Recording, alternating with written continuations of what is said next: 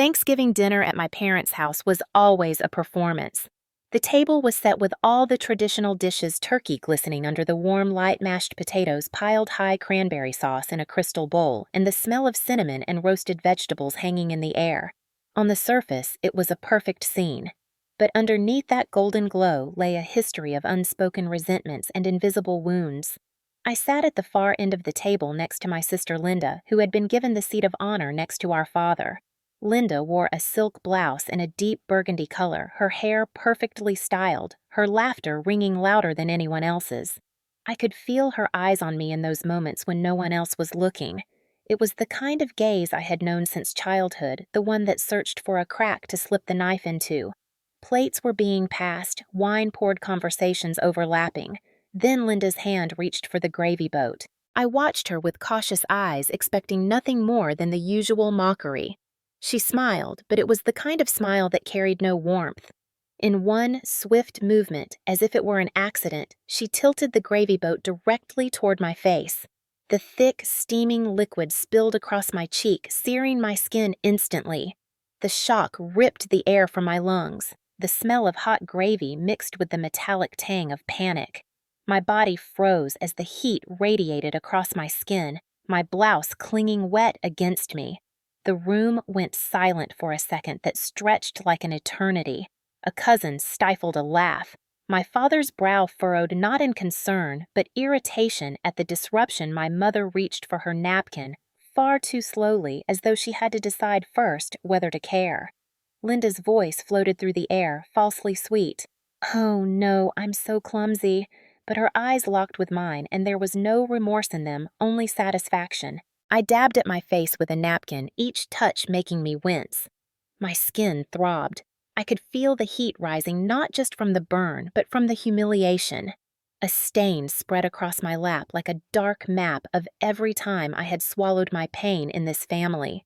The whispers started quietly, the clink of silverware resumed hesitantly, and within moments the conversation moved on as though nothing had happened. No one asked if I was all right. No one suggested Linda apologize. They had all seen worse, perhaps not in such a literal sense, but in countless moments when she cut me down, and they pretended it was nothing.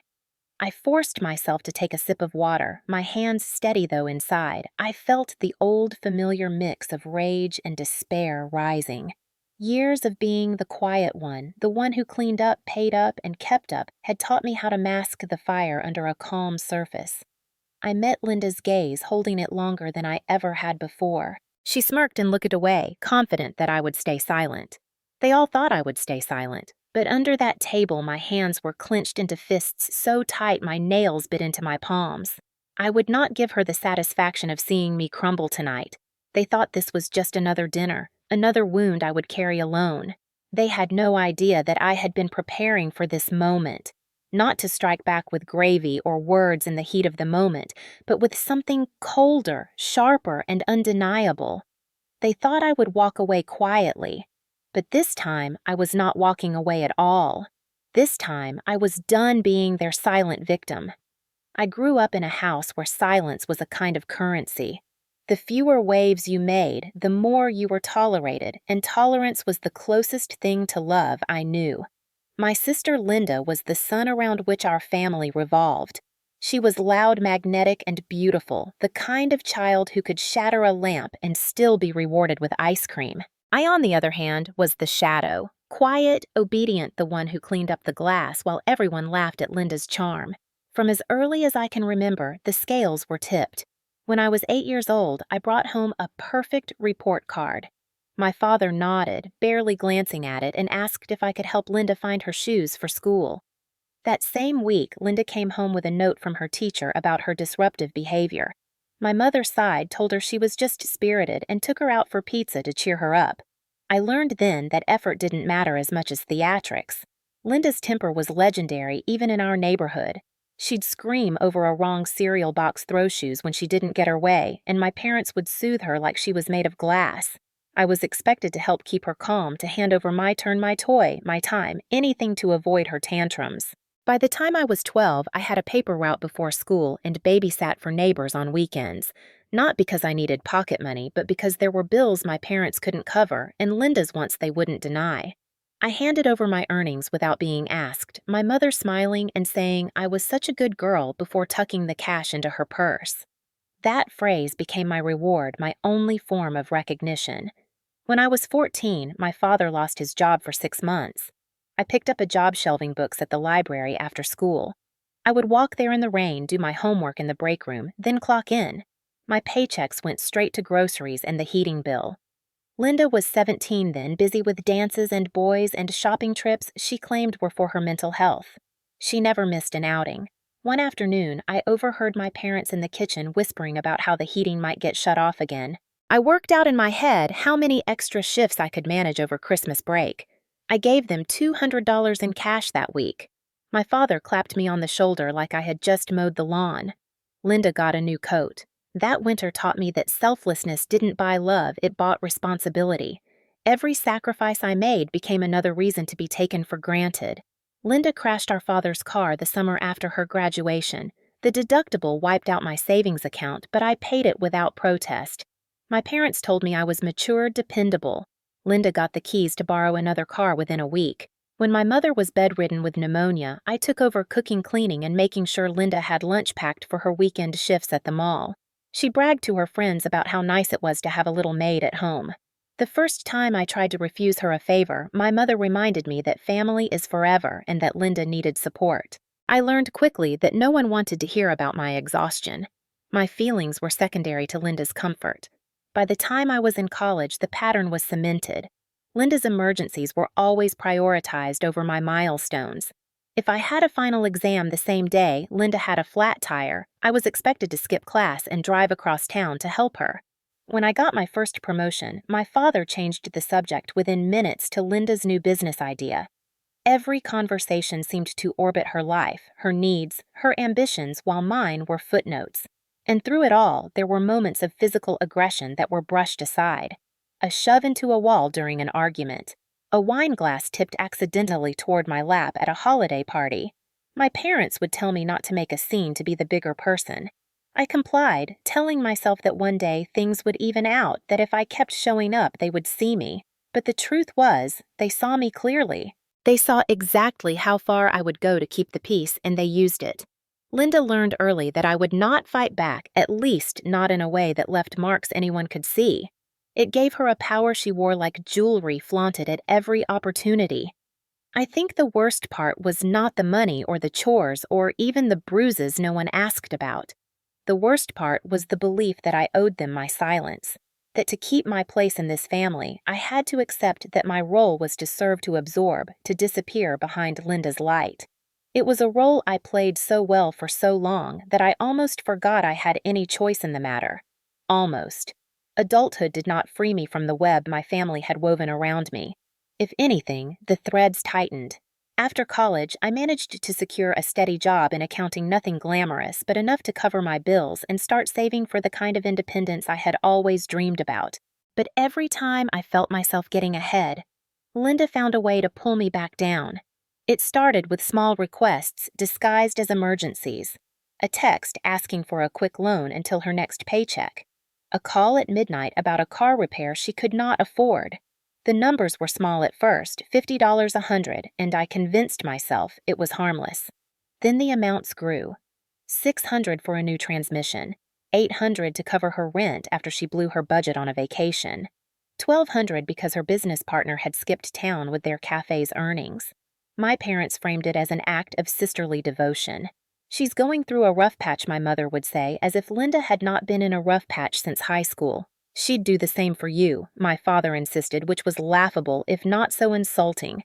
I knew Linda would never do the same for me. The truth was, she had been conditioned to believe I owed her.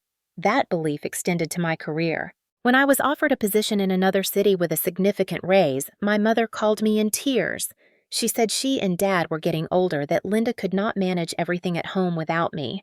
I asked what exactly she meant by everything, and she listed grocery shopping, bill paying, making sure Linda's kids had school supplies. None of these were my responsibilities, yet somehow they had become the foundation of my life. I turned down the job. The disappointment I felt in myself was sharp, but I buried it like I had buried so many other things.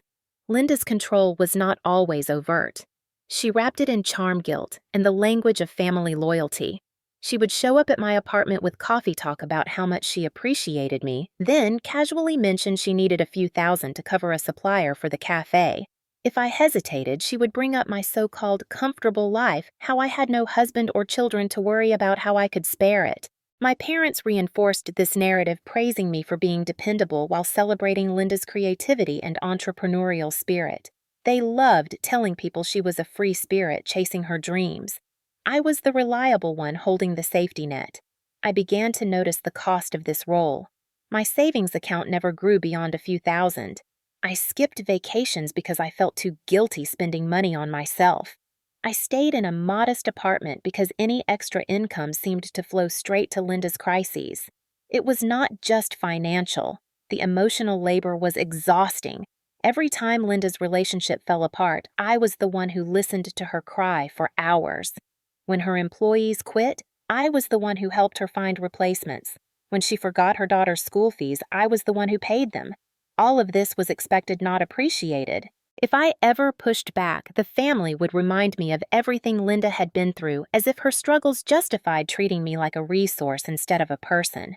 There were moments when I thought about walking away entirely, but the fear of being cut off from the only family I had kept me tethered.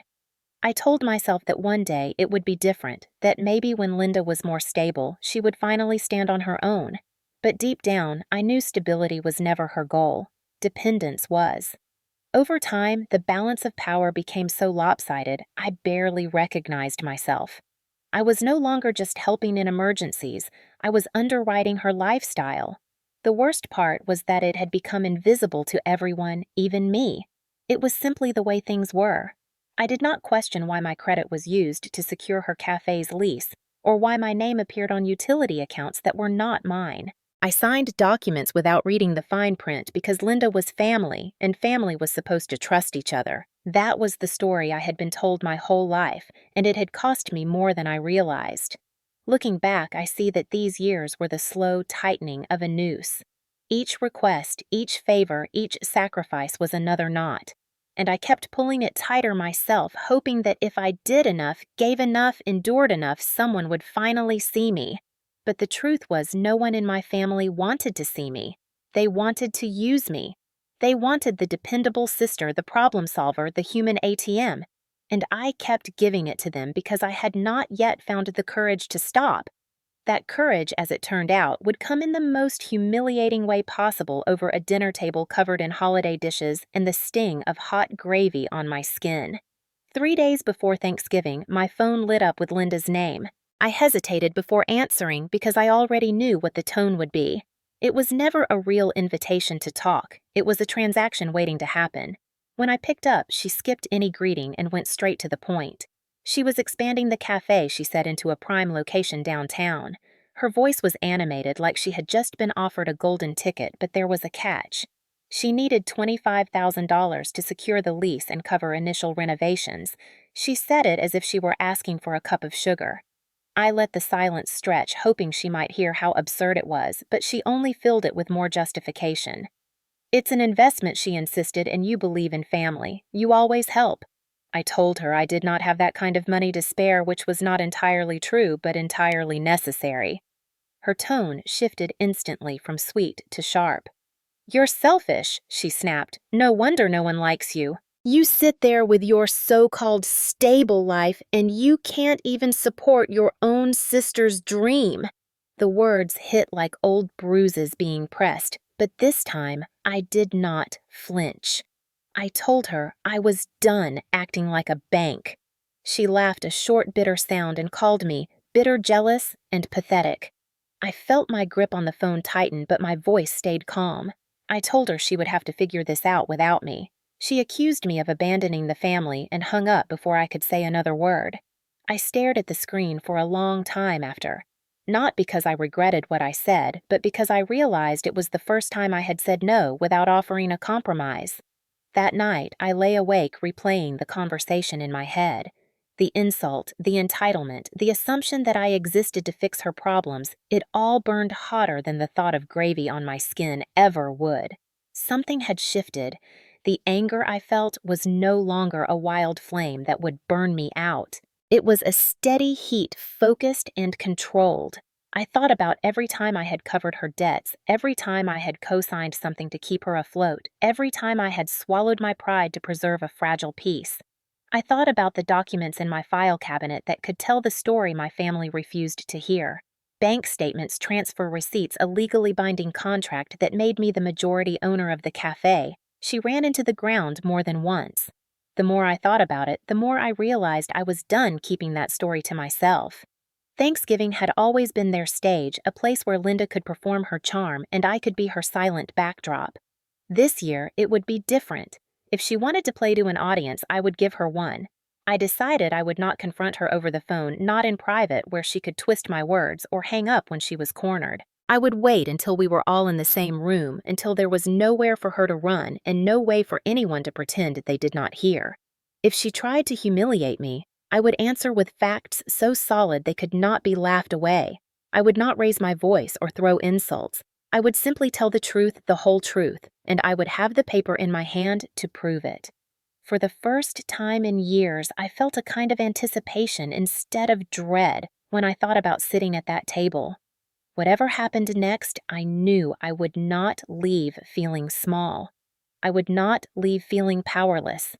And no matter how they reacted, I would finally be free of the weight they had kept on my shoulders for so long. The night after Linda's call, I pulled out the old metal file cabinet from the corner of my bedroom. It was dented from years of being moved between apartments, but still locked with the same small brass key I kept on my key ring. I turned the lock and opened the top drawer, and there they were. Years of my life reduced to folders and papers. Each manila folder held the evidence of a sacrifice I had made, a debt I had absorbed, or a responsibility I had taken on for someone else's benefit. I sat cross-legged on the floor and began sorting. The first stack was bank transfer receipts, line after line showing my name on the sending side and Linda's name on the receiving. The amounts varied, sometimes a few hundred, sometimes several thousand, but they told the same story. She asked, I gave, and the cycle repeated. The next stack was utility bills, not mine, but in my name. Gas, electricity, water for the cafe when her account overdrafted. I remembered each frantic phone call from her telling me the lights would be shut off or the ovens would be unusable without my help. I paid them all often without even telling her I had done it until the payment cleared. Then there were the contracts. One in particular stood out printed on crisp white paper with the cafe's name in bold at the top. It was dated 5 years ago, the year Linda begged me to help her secure a loan when no bank would approve her. I had agreed on one condition: if I put my credit and my money on the line, I would own a majority share of the business. She signed without hesitation, probably never thinking I would enforce it. I traced my finger over the line that read 60% ownership to Mary Carson. It was notarized, stamped, and binding. I had never once used it against her, never once reminded her that she did not own the cafe outright. I had kept quiet because I thought protecting her was protecting the family. Now I saw it for what it was: leverage I had ignored while she treated me like a servant. I kept sorting. A letter from my bank confirming the wire transfer that paid off her business loan in full in 2018. A payment plan for her daughter's preschool that I had set up in my own account. Even receipts for grocery deliveries I sent to her house when she claimed she could not shop because she was too busy. By the time I finished, the floor around me was covered in neat piles of proof. Proof that I had not been useless, that in fact I had been the backbone of her stability for years. Proof that the narrative she spun, that she was self-made, that she had built her success alone, was a lie. As I looked at the paper trail, something in me hardened. I realized that keeping all of this hidden had allowed her to humiliate me without consequence. She knew I would not speak up, that I valued peace over pride. But now peace was not on the table. I opened my laptop and created a digital folder.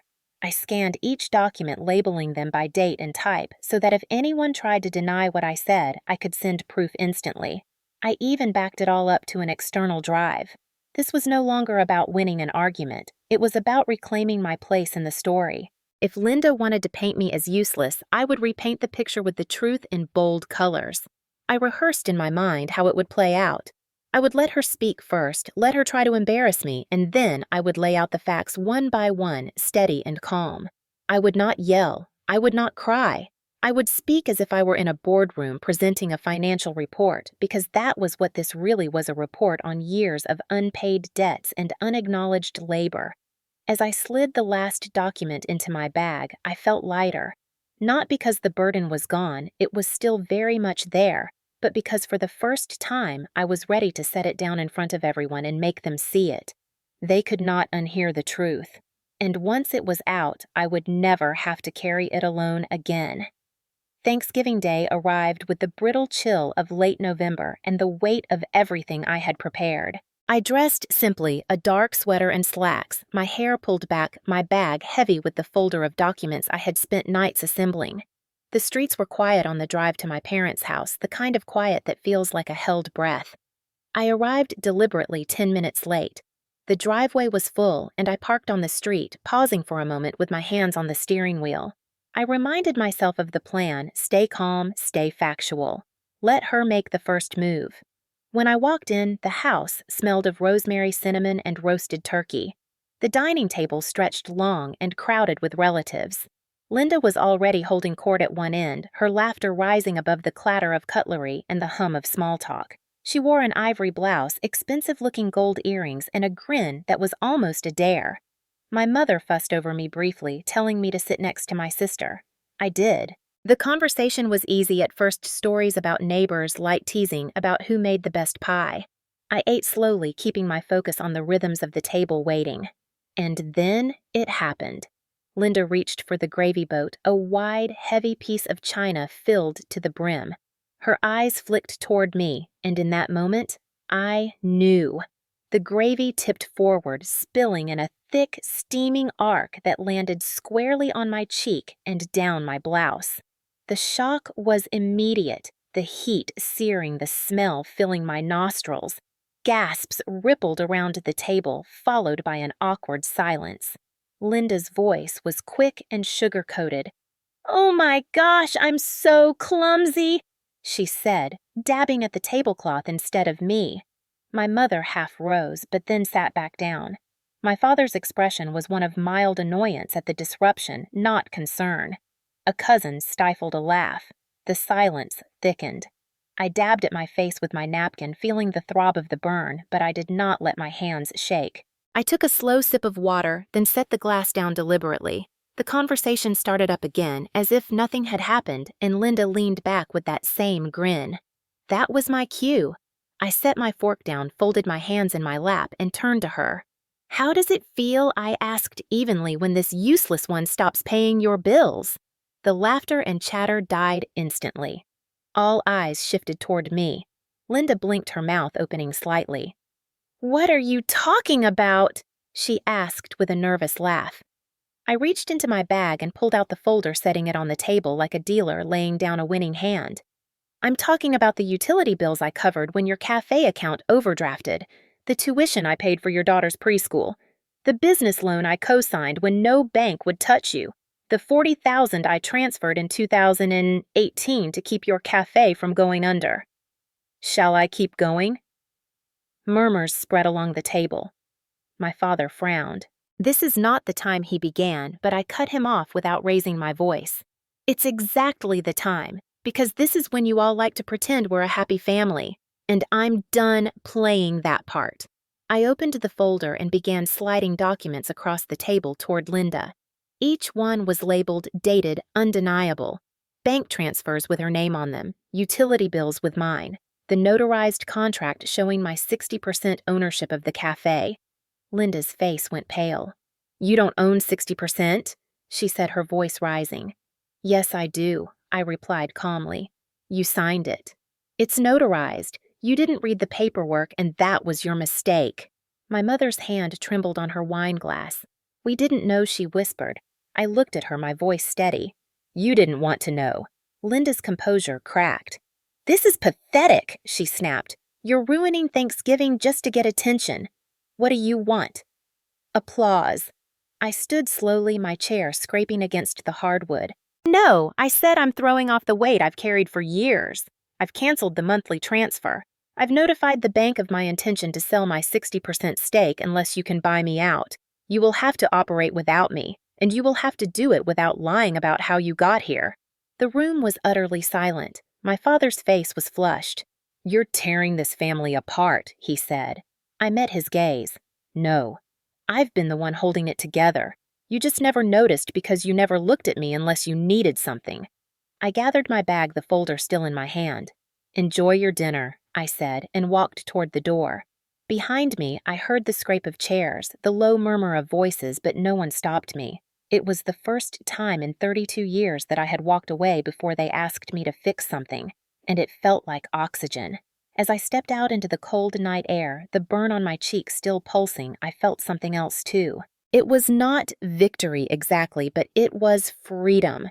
They could spin the story however they wanted. They could call me selfish, ungrateful, cold. But the truth was sitting on that table in black and white, and they could never unsee it. I drove away slowly, the dark streets empty, the silence in my car, deep and steady. For the first time, I was not replaying what I should have said. I had said it all, and it had been enough. The morning after Thanksgiving, my phone began buzzing before I had even made coffee. 6 missed calls from my mother, 3 from my father, and a single text from Linda that read, in all caps, "You're going to regret this." I ignored them all, sitting in the quiet of my apartment with the weak winter sunlight filtering through the blinds. I felt the raw sting on my cheek every time I moved my face, a physical reminder of the night before. Around noon, there was a knock at my door. I checked the peephole and saw my mother standing there in her long wool coat, clutching her purse like it was holding her together. I opened the door and she stepped inside without asking. She didn't remove her coat. We sat at opposite ends of my couch like strangers. She started slowly, her voice soft. You didn't have to do that at dinner. I kept my eyes on her. Didn't I? She shifted uncomfortably. It was a family holiday. I almost laughed but didn't. So were the birthdays where Linda got the spotlight while I paid for half the party. So were the Christmases where I bought the gifts and you signed your names on the tags. So were the countless Sunday dinners where I covered the grocery bill and you all pretended it was normal. She looked down, her hands twisting in her lap. She's struggling, you know that. I nodded slowly. She's always struggling and I've always fixed it. But I'm not doing it anymore. Her eyes lifted, pleading. So you're punishing her? No, I said, my voice steady. I'm stopping. That's different. She reached for my hand, but I pulled it back. I don't want this to tear us apart, she whispered. I leaned forward, my tone quiet but sharp.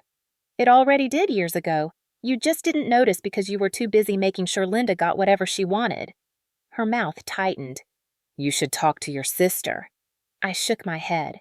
She poured hot gravy on my face in front of everyone and called it an accident. She's been humiliating me my whole life and you've all let her. There's nothing to talk about. My mother stood, clutching her purse tighter. So, that's it. You're just walking away. I stood too, meeting her gaze. No, I'm staying right where I am. I'm just done chasing a family that never saw me unless I was useful. She stared at me for a long moment, something flickering in her expression. Regret, maybe, or just frustration that her usual persuasion wasn't working. She turned toward the door. We miss you, she said quietly. I opened the door for her. You miss what I gave. She hesitated for a fraction of a second, then walked out without looking back. The door closed with a soft click that felt louder than it should have. I stood there for a moment, leaning against it, breathing in the silence. Later that day, my father called. When I didn't answer, he left a voicemail telling me I had embarrassed the family and that I needed to fix things before they got worse. The implication was clear. Fixing things meant putting money back into Linda's hands and pretending none of this had happened. I deleted the message without saving it. That evening, as I sat with a book and a cup of tea, my phone buzzed again. This time it was a text from Linda. She didn't bother with pleasantries. She accused me of destroying her business, of being jealous of her, of trying to make her look bad. I stared at the words and felt nothing. No anger, no sadness, no guilt. just the solid knowledge that I had finally drawn a line she couldn't cross. I typed a short reply. All further communication goes through my lawyer. Then I blocked her number. The quiet that followed wasn't just the absence of noise. It was the absence of expectation, the absence of that constant pull to fix, to smooth over, to sacrifice. It was the first breath of air I'd had in years that didn't feel like it belonged to someone else. That night, I slept without dreaming. And when I woke the next morning, I didn't check my phone first thing. I made breakfast, watered my plants, and looked out at the frost on the rooftops, thinking not of what my family wanted from me, but of what I wanted for myself. It took less than a week for Linda to escalate. A white envelope arrived in my mailbox with my name printed in block letters and a return address from a law firm I recognized only from advertisements on bus benches. Inside was a letter accusing me of fraudulent ownership of the cafe, claiming I had coerced Linda into signing the contract that granted me 60%. According to her lawyer, she had been under emotional duress at the time and had not understood the terms, therefore the agreement should be voided. I sat at my kitchen table reading the letter twice, then a third time, noting the careful choice of words designed to cast me as the villain. I did not feel panic. Instead, I felt the calm that comes when you are holding a hand so strong the other player has no chance. I forwarded the letter to my lawyer, Erica, a sharp, unflinching woman I had met through a client at work. She called me within the hour. "This won't hold up," she said, her voice steady. "We have her signature, the notarized documents, email threads from when you discussed the agreement, and proof of the financial transfers you made to secure the cafe, but it will still take time and money to resolve." I told her I understood and that I was ready. This wasn't just about winning a case. It was about standing up in a place where I had been told all my life to sit down. 2 months later, I found myself in a small courtroom in downtown Seattle, sitting across from Linda. She wore a fitted blazer, her hair perfectly curled, her expression a mixture of indignation and false composure. I wore no makeup and a simple navy dress, my folder of documents at my side like a shield. Her lawyer opened with a speech about family betrayal and coercion. He painted her as a dreamer who had been manipulated by her more practical sister, a victim of my supposed control. Erica responded with precision, presenting each piece of evidence like a stone in a wall that could not be climbed. She handed the judge the notarized contract, the bank statements, the receipts, and the emails in which Linda had thanked me for investing. As each document was reviewed, I watched the color drain from Linda's face. The judge asked her directly if she had signed the contract. She admitted she had. He asked if she had read it. She tried to deflect, saying she had trusted me, but he cut her off, reminding her that trust did not negate legal responsibility. The ruling came swiftly. "The 2018 agreement stands," the judge said. "There is no legal basis for reversal. Ownership remains 60% in Ms. Mary Carson's name." Linda's mouth fell open. I gathered my things, nodding politely to the judge before walking out without looking back at her. Outside the courthouse, the air was crisp, the sky a pale winter blue. I stood for a moment on the steps, feeling the weight of years lift slightly from my shoulders. This wasn't total freedom, but it was a victory, and it was mine. Erica joined me, smiling. "I'll send the final paperwork for you to sign. She can appeal, but it won't change anything." I thanked her not just for the win, but for the way she had believed me without needing me to justify my choices. That night I went home and lit a candle, pouring myself a glass of wine. I didn't check my phone for messages from my parents or anyone else. I knew they would call, probably to tell me I had humiliated Linda further, but I no longer cared about their version of the story. I had my own now, and it was written in ink and law, not in the shifting sands of family loyalty that had always buried me before. After the court ruling, I made the decision to sell my 60% share of the cafe. I had no interest in staying tied to Linda through a business she had run into the ground more than once. Erica helped me draft a formal notice offering Linda the chance to buy me out within 30 days at a fair market value. Predictably, she responded with outrage, accusing me of trying to steal her life's work, but the truth was she had never truly owned it. When the 30 days passed without a viable offer, I listed my share with a small investment group specializing in local businesses. They were more than happy to acquire a majority stake in a cafe with prime location and potential, especially at a price that reflected its current struggles, but also its untapped value. The sale closed quickly, and for the first time in years, I had a substantial sum in my bank account that wasn't earmarked for someone else's emergency. I used part of it to take a long overdue trip to the Oregon coast, renting a small cabin where the only sounds were waves and wind. I spent the mornings walking along the shore with a thermos of coffee, the afternoons reading on the porch, and the evenings watching the sun dip into the water. The quiet was not the heavy silence of my childhood home. It was a living, breathing thing that filled me instead of hollowing me out. When I returned, I accepted an offer to join a nonprofit as Director of Financial Strategy. The organization focused on empowering women entrepreneurs, many of them trying to escape situations where financial control had been used as a form of abuse. I saw myself in their stories and felt a sense of purpose I had never experienced while cleaning up Linda's messes. My days were full, but not draining my work meaningful in a way that didn't require sacrificing my own stability. I also began to reclaim the parts of myself I had neglected for so long. I signed up for a painting class at a local studio, something I hadn't done since high school. I spent Saturday mornings at the farmer's market instead of running errands for other people. I reconnected with friends I had let drift away during the years I was too busy being the family fixer. And slowly, I began to see that success wasn't just about the money I had earned or the title on my business card. It was about building a life that belonged entirely to me, where every choice was my own and no one else's crisis dictated my next move. One evening, sitting on my balcony with a glass of wine and the city lights spread out before me, I thought about all the years I had given away. I didn't regret helping when it was done out of love, but I did regret the times I had helped out of fear. Fear of losing what little connection I had to my family. Fear of being cast out entirely. That fear was gone now, replaced by a steady certainty. I had survived their control, their disregard, their cruelty, and I had come out the other side, not just intact, but stronger. I knew there would be moments when old habits tugged at me, when the temptation to step back into the role of savior whispered in my ear. But I also knew I could say no. And that, more than any court ruling or financial gain, was the real freedom I had been fighting for. Months passed and winter melted into a soft, hesitant spring. The cafe under its new ownership stabilized, though I occasionally heard from acquaintances that Linda blamed the economy, her staff, even the weather for her troubles, rather than admitting she had lost the foundation that had kept her business standing. I didn't respond to any of it.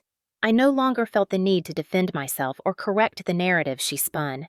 My focus was on the life I was building. The nonprofit work deepened my understanding of what it meant to hold power over your own choices. I mentored women who had been in relationships or family structures where their labor was invisible, their resources taken for granted. Some cried in my office when they realized they didn't have to justify their boundaries. Others walked away from our meetings with a new plan and a new spark in their eyes. I recognized that look. I had seen it in the mirror after Thanksgiving. On weekends, I painted in the small spare room I had converted into a studio. The walls bore canvases filled with bold colors and sweeping lines, nothing restrained, nothing polite for the sake of fitting in.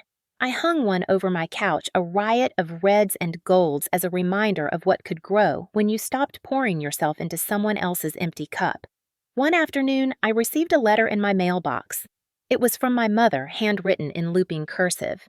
She wrote that she wished things were different, that she wished they had seen me earlier, that Linda was struggling, and I should not shut the door completely. I read it twice, folded it neatly, and tucked it into a drawer, not to revisit, but to remind myself that closure doesn't always come with an apology. Sometimes it comes when you stop reopening wounds just because someone else wants you to. I didn't write back. There was nothing more to say. The family I had tried so hard to hold together had only ever existed in my mind, an illusion I had fed with my time, my money, and my silence. That illusion was gone now, and in its place was something sturdier, something mine. In late summer, I was invited to speak at a local leadership conference. The topic they assigned me was invisible labor and the power of saying no. Standing on the small stage with the lights warm on my face, I looked out at the rows of women, some young, some with gray in their hair, and I told them my story. I didn't name names, but I painted the picture the years of being useful but unseen, the moment someone called me useless, and how in the silence that followed, I finally heard my own voice. I told them that boundaries are not walls to keep love out, but fences to protect it from being trampled. I told them that saying no doesn't make you selfish, it makes you sovereign. The applause started softly, then built until it filled the room. I didn't shrink from it. I let it wash over me not as validation, but as confirmation that I had stepped out of the shadows for good. That night back in my apartment, I lit a candle and poured a glass of wine. The city hummed outside my window, a steady reminder that life goes on whether you cling to the past or not. I thought of all the Thanksgivings to come and how they would be free of staged smiles and whispered resentments. I imagined spending them with friends who felt like family, people who saw me for who I was, not for what I could give. As the flame flickered, I realized that success for me was no longer about proving Linda or my parents wrong. It was about living a life where their opinions didn't define me. I leaned back in my chair, the warmth of the wine spreading through me, and let the quiet settle. This was not the silence of being ignored or overlooked. This was the silence of peace, of space to breathe, of finally belonging to myself. Sometimes the most loving thing you can do for your family is stop letting them hurt you. And I had finally done it.